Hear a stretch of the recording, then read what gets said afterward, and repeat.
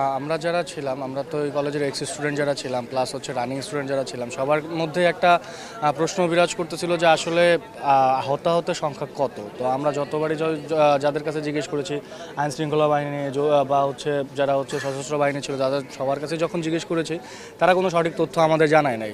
এবং রাত যখন গভীর হতে থাকে, রাতে যখন হচ্ছে আমরা সবাই এই সম্পর্কে আরও আলোচনা করতে চাই বা হচ্ছে জিজ্ঞেস করি তাদেরকে, আমরা যতক্ষণ আমি ছিলাম রাত 12টা পর্যন্ত, এবং তারপর আমাদের হোস্টেলের স্টুডেন্টরা ছিল, তারাও জিজ্ঞেস করছে যে আসলে সঠিক হতাহতের সংখ্যা কত বা হচ্ছে আহত কতজন। বার্ন ইউনিটে পাঠানো হয়েছে, তারা তো প্রায় অনেকেই মারা যাচ্ছে। বা কালকে রাতের 9টা 15 থেকে 10টার মাঝামাঝি সময়ে হচ্ছে ইয়াতে 2জন মারা গেছে, আমাদের যে মনসুর আলী মেডিকেলে 2জন মারা গেছে। এই সংখ্যাগুলো কেন জানানো হচ্ছে না? তো এই নিয়েই হচ্ছে পরবর্তীতে আমাদের হইলো যে আসলে আমাদের সঠিক তথ্য জানা দরকার। সঠিক আসলে কত মানুষ, আমাদের কতজন শিক্ষার্থী আহত, কতজন শিক্ষার্থী নিহত হয়েছে, এটা বারবারই মিডিয়াগুলো হচ্ছে চেপে যাচ্ছে।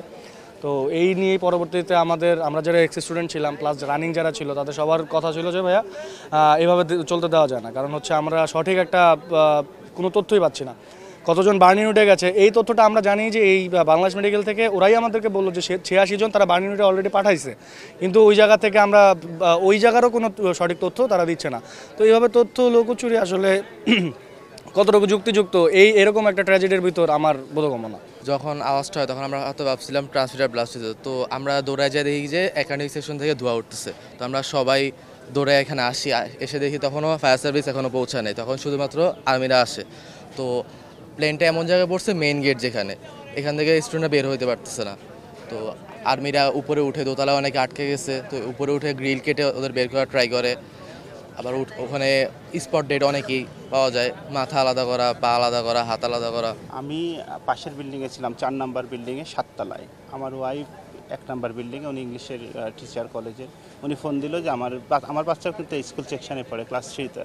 বলছে বাচ্চাদের স্কুলের উপরে বিমান পড়েছে। আমি শব্দ পেয়েছি, আমার ট্রান্সমিটারটা কিছু বাস্ট হয়েছে। তাৎক্ষণিক দৌড় দিয়ে এই পর্যন্ত আসতে আমাদের ফিজিক্স ডিপার্টমেন্টের রাসেল স্যারের মেয়ে বের হয়ে এসছে, আমার বাচ্চার সাথে পড়তো এক সময়।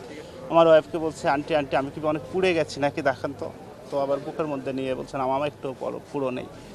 পরে ওকে পর্যন্ত আমি এসে দেখলাম যে না, আমার বাচ্চার বিল্ডিংটা সেফ, ওই বিল্ডিংয়ে 5 নাম্বার বিল্ডিংয়ে।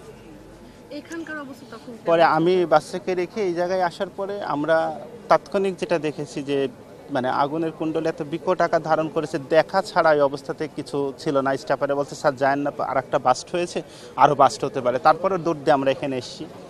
তো এখানে ছুটির পর তো অনেক গার্ডিয়ান উপস্থিত ছিল, আমাদের টিচার 400-500 টিচার, আমরা স্কুল স্টাফ সব কিছু মিলে এখানে আমাদের প্রাথমিক অবস্থাতে যতটুকু উদ্ধার করা, আসলে বাচ্চারা যেগুলো বের হয়ে আসতেছে, কারো জামা কাপড় পুড়ে গেছে, হাত দিলে চামড়া হাতে লেগে যাচ্ছে, এই অবস্থাতে উদ্ধার করতে গেছি, গিয়ে উদ্ধার করার মতো পরিবেশটা ছিল না।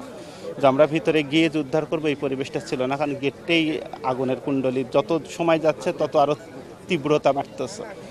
তো আমরা যারা বের হয়ে আসতে তাদের রিসিভ করে তাৎক্ষণিক গাড়ি টাড়িও ছিল না, ভ্যানে আমাদের পার্সোনাল কোনো গার্ডিয়ানের যদি কোনো গাড়ি থাকে, এইভাবে আমরা যতটুকু পারছি হসপিটাল, মানে এখানে স্থানীয় লোকজন, গার্ডিয়ান, আমাদের টিচার, স্টাফ, প্রাথমিক উদ্ধার কাজ তারাই করেছে। তারপর সেনাবাহিনী এসে দেন, তারও 15-20 মিনিট পরে ফায়ার সার্ভিস এসে, বাট উদ্ধার তৎপরতা কিন্তু আমাদের কলেজ থেকে আমাদের করা হয়েছে।